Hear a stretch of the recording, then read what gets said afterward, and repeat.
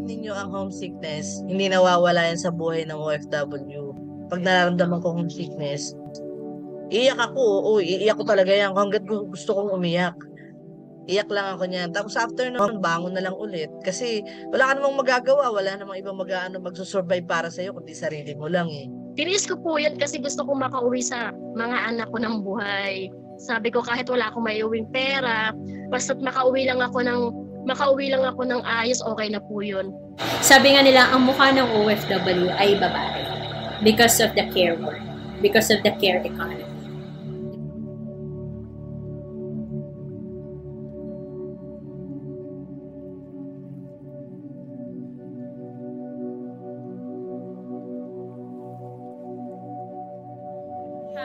I'm She.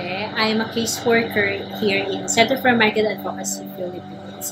So I've been doing direct assistance since 2019. So what are the usual cases?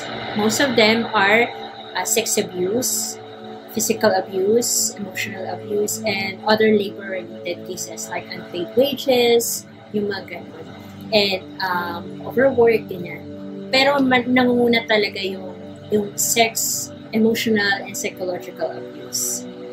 Most of my cases are the women migrant workers who are survivors of gender-based violence. They are the most vulnerable among all groups of migrant workers. Sa pagiging babae kasi, napakahirap niyan paglalabas ka ng bansa. Unang-una dyan, maraming discrimination kasi titingnan ka ng ibang tao, ano bang lakad nito dito, ano bang purpose nito, bakit ito lumabas ng bansa. Prone ka sa sexual harassment talaga. Kahit anong itsura mo, kahit tumaba ka pa dyan, kahit pangit ka, pagka nabiktima ka talaga ng sexual harassment, hindi mo talaga alam kung paano, kung lalo na kung di ka marunong lumaban. Lalo na yung nahihiya ka dahil ayaw mong malaman nila na nabiktima ka ng gano'n. Grabe ang pinagdadaanan ng mga batang nakasama ko doon sa mga pool attendant, mga waitress. Yung trato sa kanila ng mga customer ay grabe. Hahawakan yung mga masiselang parte ng katawan nila. Kasi feeling nila, binayaran kayo para magtrabaho dito yung mga ganon. Wala kang magawa kasi yung trabaho mo, kailangan mong gawin yung ganon dahil yun yung sabi yun yung trabaho nyo, ganon. No choice, hindi ka pwede magreklamo. Dalawang klaseng sexual harassment yung naranasan ko doon. Isa sa Chinese, isa sa kapwa Pinoy natin. Na talagang masasabi ko na kung hindi ka lalaban at hindi ka maninindigan para sa sarili mo, wala kang magagawa at mangyayari sa iyo yun. 2009, nag-decision po akong mag-abroad first time sa Saudi Arabia. Kasi ma'am, single parent din po ako tulad ni Ma'am Weng. 4 po yung anak ko, no choice po, kailangan ko mag-ibang bansa kasi pag dito naman po, wala akong mapapasokang trabaho dahil wala naman po akong natapos. Naging OFW po ako 14 years. Galing po ako ng Malaysia, po ako ng Qatar, tapos yung huli-hulihan ko pong etong pinaka-worst sa Jeddah, Saudi Arabia.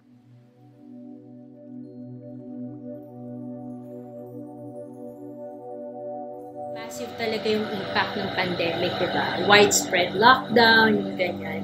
And it really exacerbated yung mga long-standing issue ng mga migrant workers. For example, gender-based violence. During the lockdown, mas naging rampant yung sex abuse. Why? Kasi the employers, the male employers are always inside their house. They cannot work. So, yun yung mas naging overwork sila. Tapos yung underpayment or non-payment of wages. Syempre, talagang andun pa rin yun. Kasi walang work yung mga amo nila. So, hindi sila nababayaran ng wage nila on time.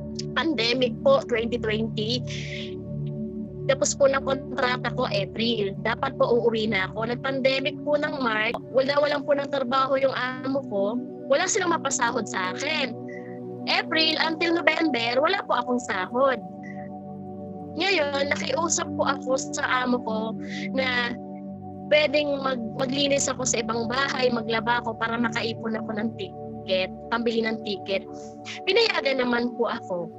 Tapos yung time na kapag po matutulog na yung alaga kong matanda, lilipat na po ako sa ibang bahay para po maglinis. Habang naglilinis ka, nakahubo, ipapakita yung ari mo.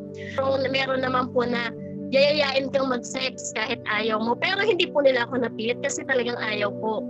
Tiniis ko po yun kasi gusto ko makauwi sa mga anak ko ng buhay. Sabi ko kahit wala akong maiuwing pera, basta't makauwi lang ako ng ayos, okay na po yun. Then, nung nakapag-ipon na po ako ng 5K Saudi Riyal, nag-connect po ako sa mga kababayan natin sa travel agency. Meron pong Pilipinong tumulong sa akin, nakabili po ako ng ticket. Nakauwi po ako dito, 2020 November po. Yung 2 years na po ako dito sa Pinas, hindi pa po ako nakakaalis uli. Pero may balak pa rin po akong umalis kasi sobrang hirap dito, wala pang trabaho. Kaya po pag may awa ang Diyos, sabi ko, baka po etong mga December, mag-apply po uli ako. Medyo mabagal yung response ng government. Especially sa mga Middle East countries na sobrang overwhelming yung number of OFWs at konti lang yung migrant workers office doon. So, ang ginagawa ay tumatawag sa amin either yung family or mismo distressed OFW. Ayan. So, they can contact us via Facebook naman. Tapos, after that, of course, we try to identify right away the immediate problem and we try to address that. And then, we'll write a referral letter, ganyan, and then coordinate to the concerned government agency here and dun sa country of destination. Of course, aside from that, syempre, you do stress debriefing, counseling in between, di ba? Syempre, if you are in a crisis situation, it's very, very stressful.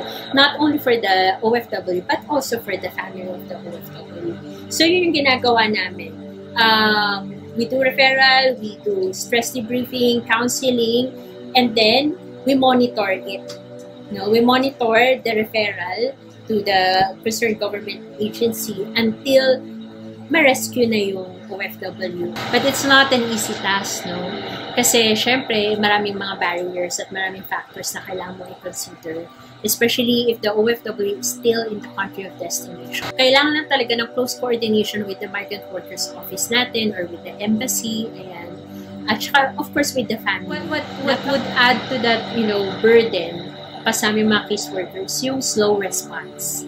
Both from the government, our government, and the government of the country of destination. So, yun pa yung nakadagdag doon, nakaka-frustrate. Kasi, syempre, sila ang duty bearer. Sila yung inaasahan mo na magbibigay talaga magbibigay talaga programs and services ng health. Diba? Kasi kami namang NGOs, we are trying to fill in the gap. Hindi naman kami ang duty bearer, diba? Limited lang din ang resources natin.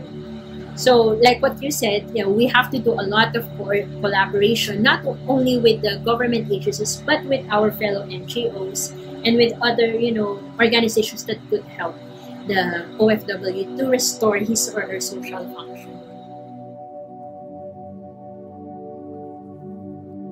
Alamin nila yung kung anong gawain doon sa pupuntahan nilang bansa kasi importante yon dahil pag di mo alam, ikaw din ang maapektuhan. Tapos, intindi nila sa pamilya nila yung kalagayan nila doon para alam din ng pamilya nila.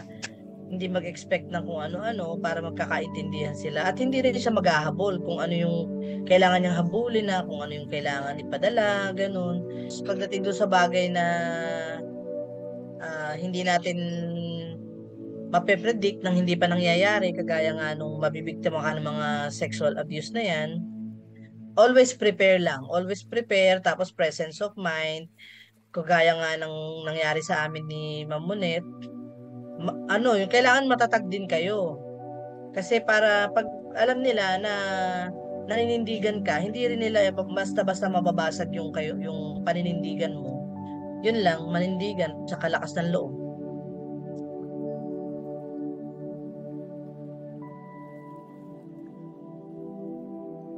Dati, pag tinatanong ako nung kasalukuyang nasa pandemic time, kasi syempre hirap yung sitwasyon nun. Dati yung sinasabi ko, ang pangarap ko, wala nang lalabas. Para wala nang nagkakahiwa-hiwalay na pamilya. Ngayon, yung vision ko, okay lang lumabas. Basta, suportado ng gobyerno yung bawat OFW na lalabas na magkakaroon ng pagkakataon na makabisita yung anak nila sa bansang pinuntahan ng OFW. Magkaroon ng provision na gano'n. Okay lang na may lumabas ng bansa. Basta may plano ang gobyerno para dun sa paglabas ng bansa, dun sa 3 cycle ng migration. Pero kung hindi na rin lang naman nila maayos, wag na lang, di ba? Ang gawin nilang mas magandang paraan is maglagay sila ng mas maayos sa trabaho dito sa Pilipinas. Kasi ang totoo, ang dami kong nakasama sa Macau. Nung umuwi ako, marami din mga sumunod sa amin na umuwi. Ngayon, nagbalikan na naman sila doon. Alam mo, ang katuwiran nila, ang hirap ng buhay sa Pilipinas. Actually, ako kung hindi ako nagtatrabaho ngayon, kung hindi rin ako tinulungan ng CMA, malamang umalis ako ulit kasi napakahirap napakahirap sa Pilipinas Ano yung mga ways to combat it? Diba? We have to call the attention of the government, of the duty bearers, of the community, even your own family. So yun yung mahalaga dun, yung advocacy from the grassroots level until the international level. Mahirap kasi rin magbulag-bulagan sa yung inequality na nag-i-exist sa society natin. Yung mga stories, yung mga reports namin, we translate them into something na parang could be of use, di ba? On advocating yung rights ng mga OFWs and their families. Through our collective effort, we can, somehow challenge the system, challenge the composition of leadership for change. Kasi kung wala namang magsasabi na may mali, walang pagbabago na mangyayari.